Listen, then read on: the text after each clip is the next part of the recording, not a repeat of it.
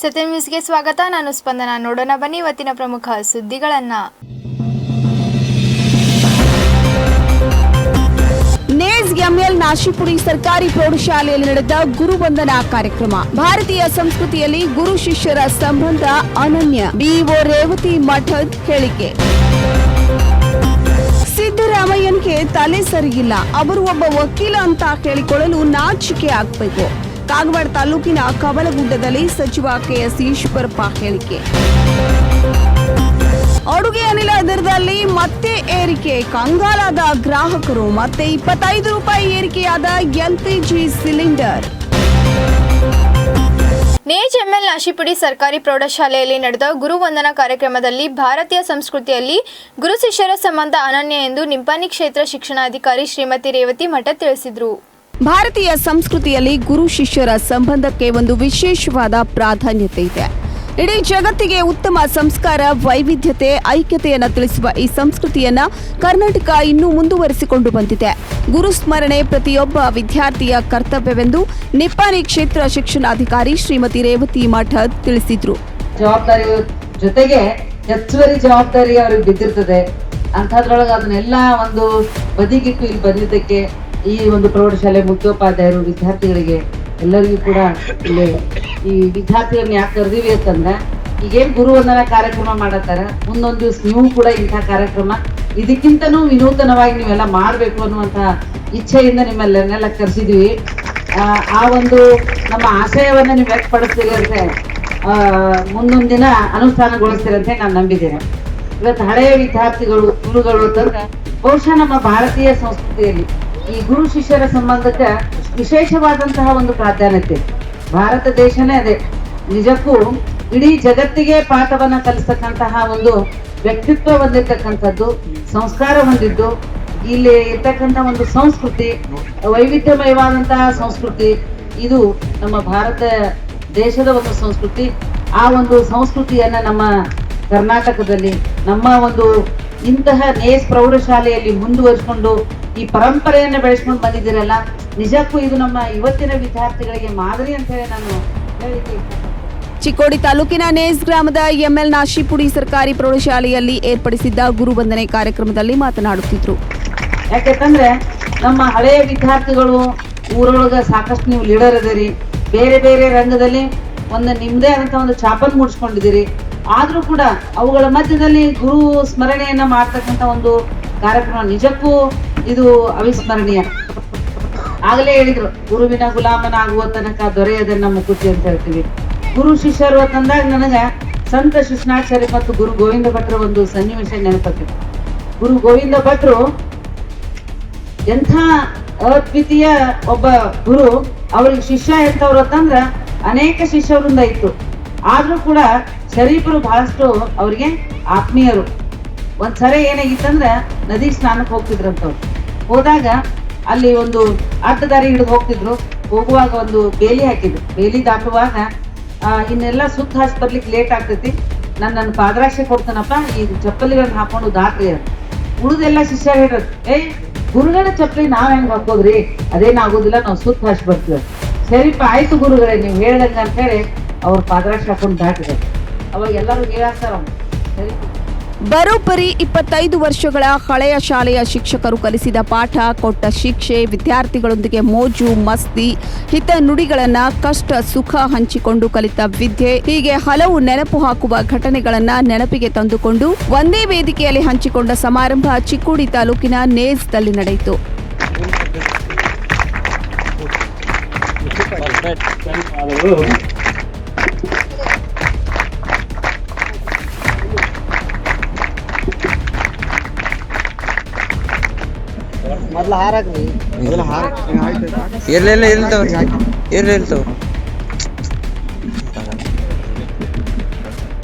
1996ರಲ್ಲಿ ಈ ಶಾಲೆಯಲ್ಲಿ ಕಲಿತು ಸದ್ಯ ಡಾಕ್ಟರ್, ಇಂಜಿನಿಯರ್, ತಹಶೀಲ್ದಾರ್, ಬಿಇಒ, ಶಿಕ್ಷಕರು, ಪ್ರೌಢಶಾಲೆ ಶಿಕ್ಷಕರು, ಪ್ರಥಮ ದರ್ಜೆ ಗುತ್ತಿಗೆದಾರರು, ಪಟ್ಟಣ ಪಂಚಾಯಿತಿ ಅಧ್ಯಕ್ಷರು ಹೀಗೆ ವಿವಿಧ ಹುದ್ದೆಗಳನ್ನು ಅಲಂಕರಿಸಿದ ಗಣ್ಯರು ಪಾಲ್ಗೊಂಡು ತಮ್ಮ ಅನುಭವ, ವೃತ್ತಿ ಜೀವನದಲ್ಲಿನ ಸಿಹಿ ಕಹಿಗಳನ್ನು ಪರಸ್ಪರ ವಿದ್ಯಾರ್ಥಿಗಳೆದುರು ಹಂಚಿಕೊಂಡು ತಮ್ಮಲ್ಲಿನ ಹೃದಯದ ಭಾರವನ್ನ ಕಡಿಮೆ ಮಾಡಿಕೊಂಡ್ರು. ಹಾಗಾದ್ರೆ ಬನ್ನಿ ವೀಕ್ಷಕರೇ, 25 ವರ್ಷಗಳ ಹಿಂದಿನ ತಮ್ಮ ಮರೆಯಲಾರದ ಘಟನೆಗಳನ್ನು ಪರಸ್ಪರ ಎದುರು ಕುಳಿತು ಹಂಚಿಕೊಂಡು ವಿದ್ಯಾರ್ಥಿಗಳಿಗೆ ಗುರು ಶಿಷ್ಯರ ಅನನ್ಯವಾದ ಸಂಬಂಧವನ್ನ ಎತ್ತಿ ತೋರಿಸಿದ್ದನ್ನ ಸತ್ಯಂ ಟಿವಿಯಲ್ಲಿ ಸೆರೆ ಹಿಡಿದ ದೃಶ್ಯಗಳನ್ನ ನೋಡೋಣ. ಪ್ರದರ್ಶನ ತೋರಿಸ್ತಾರಲ್ಲ, ಆ ರೀತಿಯಾಗಿ ಬಾಡಿಯನ್ನ ಮೇಂಟೆನೆನ್ಸ್ ಮಾಡಿದ್ದಾರೆ ಅವಾಗ. ಅಂದ್ರೆ ಅವ್ನು ಶಿಕ್ಷಕ ಆಗಬೇಕಾದ್ರೆ ತಾನು ಹೇಗಿರ್ಬೇಕಲ್ಲೋ ಅವಾಗ ವಿದ್ಯಾರ್ಥಿಗಳು ತಯಾರಾಗುತ್ತಾರೆ. ಅದೇ ರೀತಿಯಾಗಿ ಮತ್ತೊಬ್ಬರು ಏನಪ್ಪಾ ಅಂದ್ರೆ 8ನೇ ತರಗತಿಯಲ್ಲಿದ್ದಾಗ ನಾವು ಪ್ರೈಮರಿ ಅಷ್ಟು ಇಂಗ್ಲಿಷ್ ಕಲ್ತಿರ್ಲಿಲ್ಲ. ಇಲ್ಲಿಂದ ನಾವು ಊಟ ಇಲ್ಲಿ ಮಾಡಿಕೊಂಡು ಅಲ್ಲಿ ಒಂದು ಟ್ಯಾಂಕ್ ಇದೆ, ಆ ಟ್ಯಾಂಕದಲ್ಲಿ ಗಂಡು ಮಕ್ಕಳು ಡಬ್ಬೆ ತೊಳಿಲಿಕ್ಕೆ ಹೋಗ್ತಿದ್ದವು. ನೀರಿನ ವ್ಯವಸ್ಥೆ ಅಷ್ಟು ಇರ್ಲಿಲ್ಲ ಅವಾಗ ಆ ಕಾಲದಲ್ಲಿ. ಆದ್ರೆ ಪೂಜಾರಿ ಸರ್ ಅವರು, ಮಠದ ಸರ್ ಇಂಗ್ಲಿಷ್ ಮಾತಾಡ್ತಿದ್ರು. ನನ್ಗೆ ಗೊತ್ತುವಲ್ಲ ಇಂಗ್ಲಿಷ್ ಹೇಗೆ ಮಾತಾಡ್ತಾರಪ್ಪ ಇವರಲ್ಲ. ಅವ್ರನ್ನ ಇಂಗ್ಲಿಷ್ಗೆ ಆದರ್ಶ ಪೂಜಾರಿ ಸರ್ಗಳು. ಯಾಕಂದ್ರೆ 9th ಕ್ಲಾಸ್ನಲ್ಲಿ ನಾನು ಬಹುತೇಕ 10ನೇ ತರಗತಿಯಲ್ಲಿ ಇದ್ದರೆ ಬಹಳಷ್ಟು ಜೀನಿಯಸ್ ಆಗಿ ಅಂತ ಅನಿಸ್ತಿದ್ದೆ. ಯಾಕಂದ್ರೆ ಅವ್ರು ಇಂಗ್ಲಿಷ್ ಇಲ್ಲಿಂದ ಅಲ್ಲಿ ವಾಕಿಂಗ್ ಹೋಗ್ತಾರೆ ಊಟ ಮಾಡಿ, ಎಲ್ಲರಿಗೂ ಗೊತ್ತಿರ್ಬೋದು. ಅಲ್ಲಿ ತನಕ ಹೋಗಿ ಬರುತ್ತೆ ಪೂಜಾರಿ ಸರ್, ಮಠಪತಿ ಸರ್, ಅವ್ರು ಎಲ್ಲಾ ಸರ್ಗಳು. ಅವ್ರು ಇಂಗ್ಲಿಷ್ನ ಮಾತಾಡೋದು. ನಮ್ಗೆ ಇಂಗ್ಲಿಷ್ ಅಂದ್ರೆ ಅವಾಗ ಬಹಳಷ್ಟು ನಿಮ್ಮಾಗೆ ಮಕ್ಕಳೇ, ನಿಮ್ಮಾಗೆ ನಮ್ಗೆ ಮೊಬೈಲ್ ಇರ್ಲಿಲ್ಲ ಅವಾಗ. ನಿಮ್ಗೆ ಆನ್ಸರ್ ಬೇಗ ಸಿಗೈತಿ ಈಗ ಮೊಬೈಲ್ನಲ್ಲಿ. ಅವಾಗ ಆನ್ಸರ್ ಸಿಗ್ಬೇಕಾದ್ರೆ ನಾಳೆ ಸರ್ ಬಂದೇ ಕೇಳಬೇಕು ಅಂತ ಒಂದು ಅದ್ಭುತ ಸರ್ಗಳು ಪೂಜಾರಿ ಸರ್ ಅಂತ ಹೇಳ್ಬೋದು. ಅದೇ ರೀತಿಯಾಗಿ ಮತ್ತೊಬ್ಬರು ಕ್ಷೇತ್ರ ಶಿಕ್ಷಣಾಧಿಕಾರಿಗಳು ಕುಂದಗೋಳದಲ್ಲಿ ಶ್ರೀ GS ಮಠಪತಿ ಸರ್ ಅವರು ನಮಗೆ SS ಹೇಳ್ತಿದ್ರು ಅಂತ ಅನಿಸ್ತಿದ್ ನನಗೆ. ಅವರು ಕೂಡ ಒಂದು ಹಾಡ ಬರೆದಿದ್ದರು. ಪ್ರಾರಂಭದಲ್ಲಿ ಕ್ಷೇತ್ರ ಶಿಕ್ಷಣಾಧಿಕಾರಿ ರೇವತಿ ಮಠದ್ ಹಾಗೂ ವೇದಿಕೆಯಲ್ಲಿ ಉಪಸ್ಥಿತ ಗಣ್ಯರಿಂದ ಸಸಿಗೆ ನೀರುಣಿಸುವುದರ ಮೂಲಕ ಕಾರ್ಯಕ್ರಮ ಉದ್ಘಾಟಿಸಲಾಯಿತು. ಸಮಾರಂಭದಲ್ಲಿ ಉತ್ಸವ ಮೂರ್ತಿಗಳಾದ ಎಂಸಿ ಉಲಪೆ, ಅಪ್ಪಸಾಬ್ ಕೋಳಿ, Mahavir ನರ್ಸಾಯಿ, CA Kamble, Shobha Mangasuli, GN Mathapati, Sanjay S Poojary, Vijay Gourai, Deepak Mane ಹಾಗೂ ಬಾಳಗೌಡ ಮಗ್ದುಮ್ ಅವರಿಗೆ ಶಾಲ್, ಶ್ರೀಫಲ, ಮುತ್ತಿನ ಹಾರ, ಮೈಸೂರು ಪೇಟ ಹಾಕಿ ಸನ್ಮಾನಿಸಲಾಯಿತು.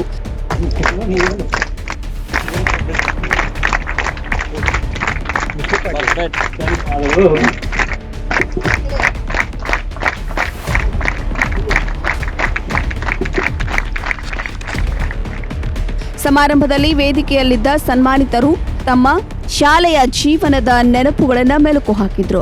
ಶಿವಲೀಲಾ ಹಿರೇಮಠ್ ಪ್ರಾಸ್ತಾವಿಕ ಮಾತನಾಡಿದ್ರು. ನಿರಂಜನ್ ಕಾಮಿಡಿ ನಿರೂಪಿಸಿ ಲಾಲ್ ಸಾಬ್ ಬೇಗ್ ವಂದಿಸಿದ್ರು. ಸಮಾರಂಭದಲ್ಲಿ ಪ್ರೌಢಶಾಲೆಯ ಶಿಕ್ಷಕರು, ವಿದ್ಯಾರ್ಥಿಗಳು ಉಪಸ್ಥಿತರಿದ್ದರು. ಬೆಂಗಳೂರು ಸಿಲಿಕಾನ್ ಸಿಟಿಯಲ್ಲಿ ಹಿಟ್ ಅಂಡ್ ರನ್ಗೆ ಯುವಕರಿಬ್ಬರು ಬಲಿಯಾಗಿದ್ದು, ಸಿಸಿಟಿವಿಯಲ್ಲಿ ಸೆರೆಯಾಗಿದ್ದ ಅಪಘಾತದ ದೃಶ್ಯ ನೋಡಿದ್ರೆ ಎಂಥವರ ಎದೆ ಕೂಡ ಒಂದು ಕ್ಷಣ ಝಲ್ ಎನ್ನುವಂತಿದೆ. ಗೌತಮ್ ಮತ್ತು ಶ್ರೀಕಾಂತ್ ಮೃತ ಯುವಕರು. ಇವರು ಮಂಜುನಾಥ್ ನಗರದ ನಿವಾಸಿಗಳು.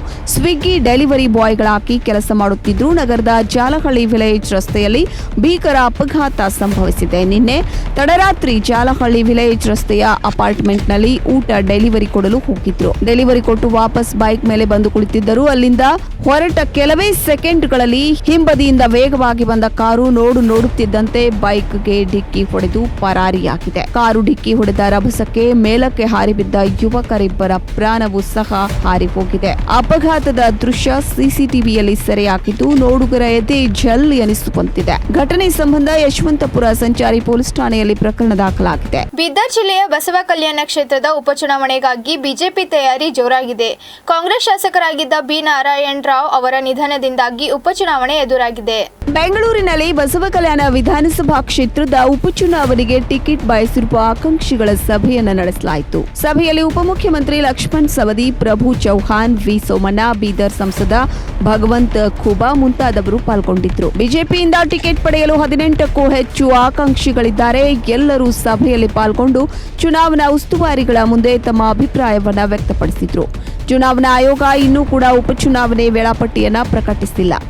ಎಲ್ಲಾ ಟಿಕೆಟ್ ಆಕಾಂಕ್ಷಿಗಳ ಅಭಿಪ್ರಾಯಗಳನ್ನು ಸಂಗ್ರಹಿಸಿ ಅಭ್ಯರ್ಥಿಗಳ ಅಂತಿಮ ಪಟ್ಟಿಯನ್ನು ಹೈಕಮಾಂಡ್ಗೆ ಕಳಿಸಲಾಗುತ್ತದೆ. ಹೈಕಮಾಂಡ್ ನಾಯಕರು ಅಂತಿಮ ತೀರ್ಮಾನವನ್ನು ಕೈಗೊಳ್ಳಲಿದ್ದಾರೆ. ಮತ್ತೊಂದೆಡೆ ಕಾಂಗ್ರೆಸ್ ಸಹ ಉಪಚುನಾವಣೆಯ ಸಿದ್ಧತೆಯನ್ನ ಕೈಗೊಂಡಿದೆ. ಸಭೆಯಲ್ಲಿ ಪಾಲ್ಗೊಂಡಿದ್ದ ಉಪಮುಖ್ಯಮಂತ್ರಿ ಲಕ್ಷ್ಮಣ್ ಸವದಿ, ಎಲ್ಲರೂ ಸಹಮತದಿಂದ ವರಿಷ್ಠರು ಸೂಚಿಸುವ ಅಭ್ಯರ್ಥಿಯ ಗೆಲುವಿಗೆ ಶ್ರಮಿಸಬೇಕು. ಉಪಚುನಾವಣೆಯಲ್ಲಿ ನಮ್ಮ ಅಭ್ಯರ್ಥಿಯನ್ನ ಭಾರೀ ಬಹುಮತದಿಂದ ಗೆಲ್ಲಿಸುವುದು ನಮ್ಮೆಲ್ಲರ ಆದ್ಯ ಕರ್ತವ್ಯವಾಗಿದೆ ಎಂದರು.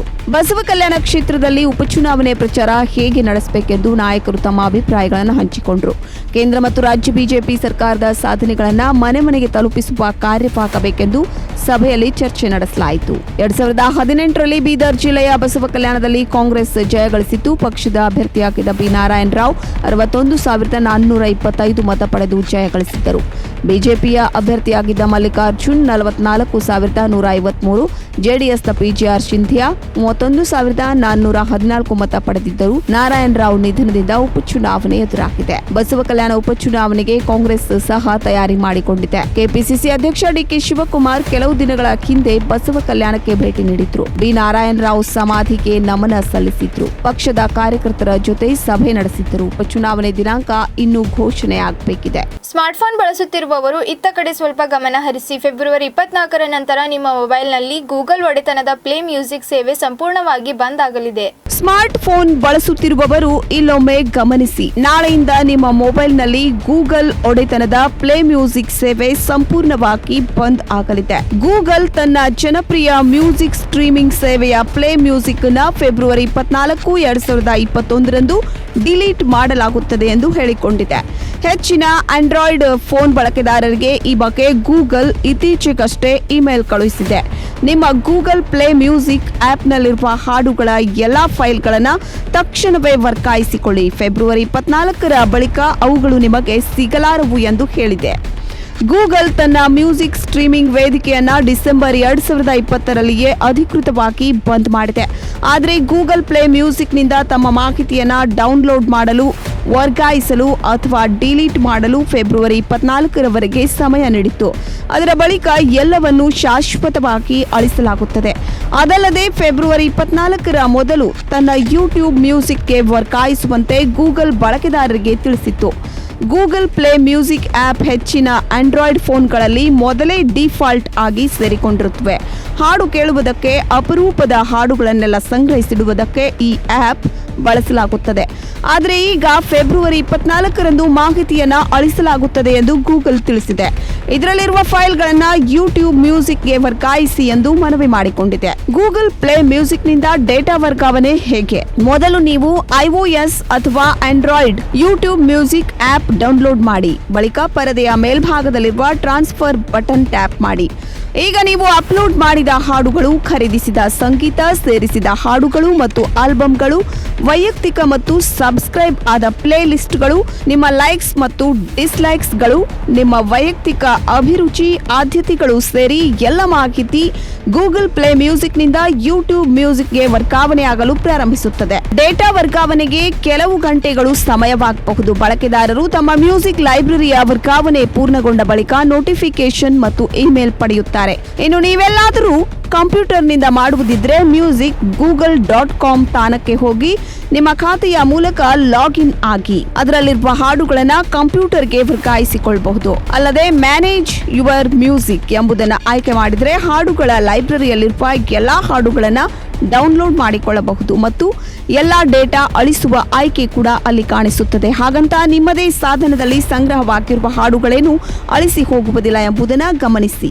ಕಡಿಮೆ ಅಂತರದ ಪ್ಯಾಸೆಂಜರ್ ರೈಲುಗಳಿಗೆ ಸ್ವಲ್ಪ ಹೆಚ್ಚಿನ ದರ ನಿಗದಿ ಮಾಡಲಾಗಿದೆ ಎಂದು ರೈಲ್ವೆ ಇಲಾಖೆ ತಿಳಿಸಿದೆ.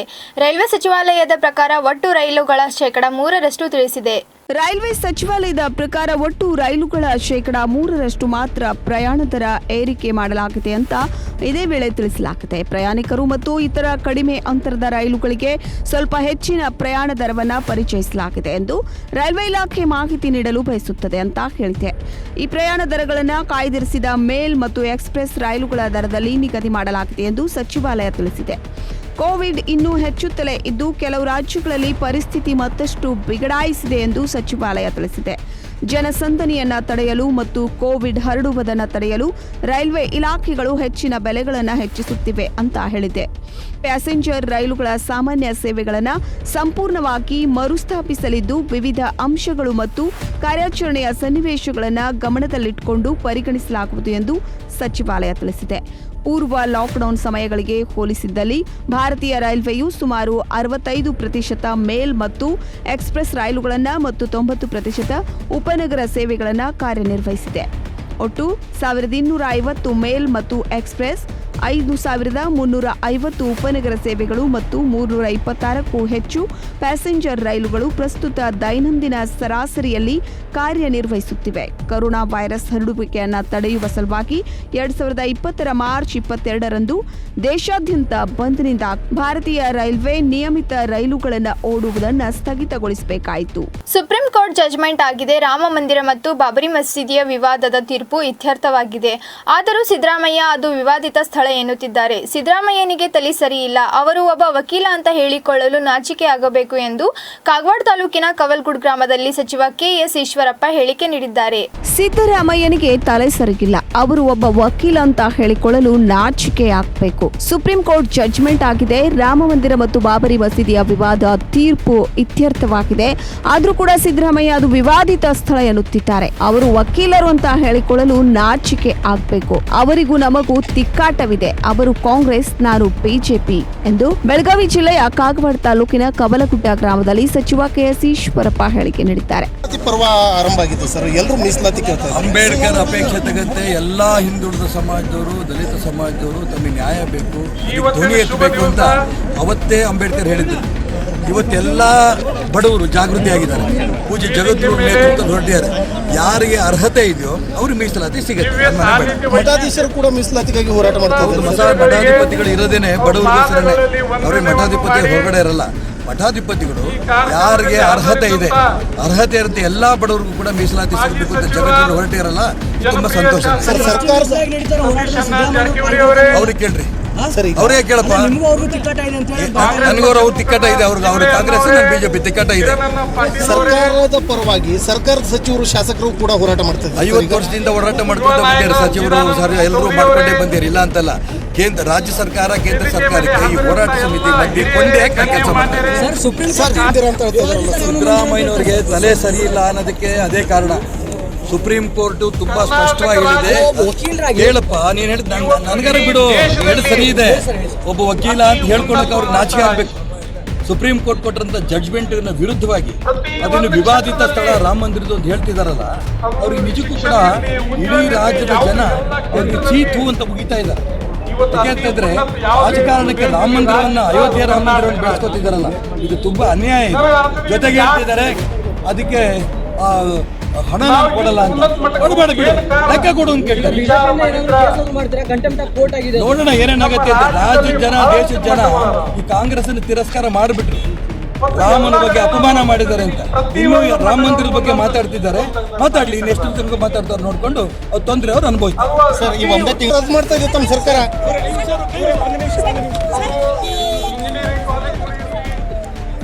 ಇದೇ ವೇಳೆ ಸರ್ಕಾರದ ಸಚಿವರು, ಶಾಸಕರು ಮತ್ತು ಮಠಾಧೀಶರು ಮೀಸಲಾತಿ ಹೋರಾಟದಲ್ಲಿ ಭಾಗಿಯಾದ ವಿಚಾರಕ್ಕೆ ಪ್ರತಿಕ್ರಿಯೆ ನೀಡಿದ ಕೆಎಸ್ ಈಶ್ವರಪ್ಪ, ಜನಪ್ರತಿನಿಧಿಗಳು, ಮಠಾಧೀಶರು ಇರುವುದೇ ಬಡವರ, ದೀನರ ಏಳಿಗೆಗಾಗಿ. ಬಾಬಾ ಸಾಹೇಬ್ ಅಂಬೇಡ್ಕರ್ ರವರ ಸಂವಿಧಾನದ ಪ್ರಕಾರ ಮೀಸಲಾತಿ ಕೇಳುವ ಹಕ್ಕು ಎಲ್ಲರಿಗೂ ಇದೆ ಎಂದರು. ಶಿವಕುಮಾರ್ ದಳ್ವಿ, ಸತ್ಯಂ ನ್ಯೂಸ್, ಕಾಗವಾಡ್.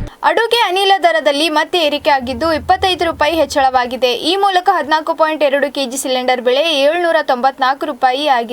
ಕಳೆದ 1 ತಿಂಗಳ ಅವಧಿಯಲ್ಲಿ ಎಲ್ಪಿಜಿ ಸಿಲಿಂಡರ್ ಬೆಲೆ ಸತತ 3ನೇ ಬಾರಿಗೆ ಏರಿಕೆ ಕಂಡಿದೆ. ಈ ಮೂಲಕ ಡಿಸೆಂಬರ್ನಿಂದ ಈವರೆಗೆ 200 ರೂಪಾಯಿ ಏರಿಕೆಯಾಗಿದೆ. 10 ದಿನಗಳ ಹಿಂದಷ್ಟೇ ಅಂದರೆ ಫೆಬ್ರವರಿ 15ರಂದು ಸಿಲಿಂಡರ್ ಬೆಲೆಯಲ್ಲಿ 50 ರೂಪಾಯಿ ಏರಿಕೆ ಕಂಡಿತ್ತು. ಫೆಬ್ರವರಿ 4 25 ರೂಪಾಯಿ ಹೆಚ್ಚಳವಾಗಿತ್ತು.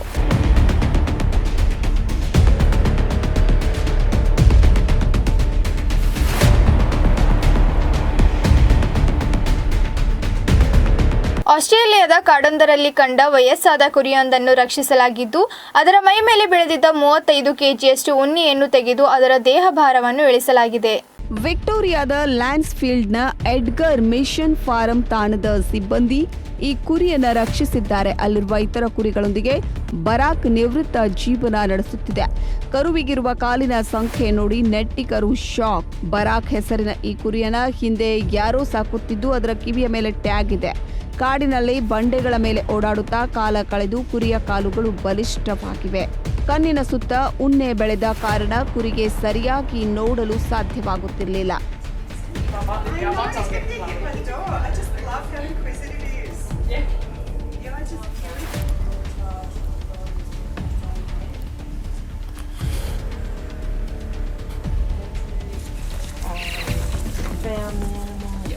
state where, and then there's just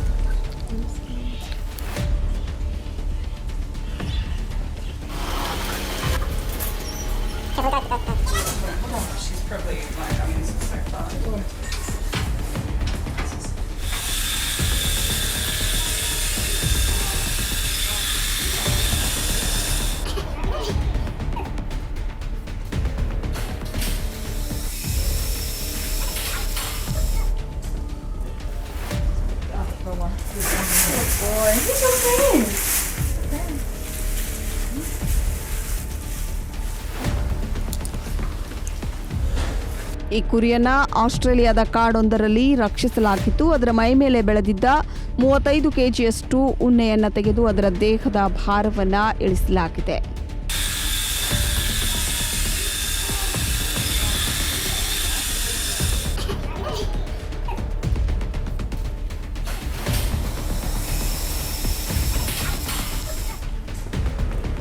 ಇವಿಷ್ಟು ಇವತ್ತಿನ ಪ್ರಮುಖ ಸುದ್ದಿಗಳು. ನಿರಂತರ ಸುದ್ದಿಗಾಗಿ ನೋಡ್ತಾ ಇರಿ ಸತ್ಯಂ ಟಿವಿ ಕನ್ನಡ, ನಮ್ಮ ನಡೆ ಸತ್ಯದ ಕಡೆ.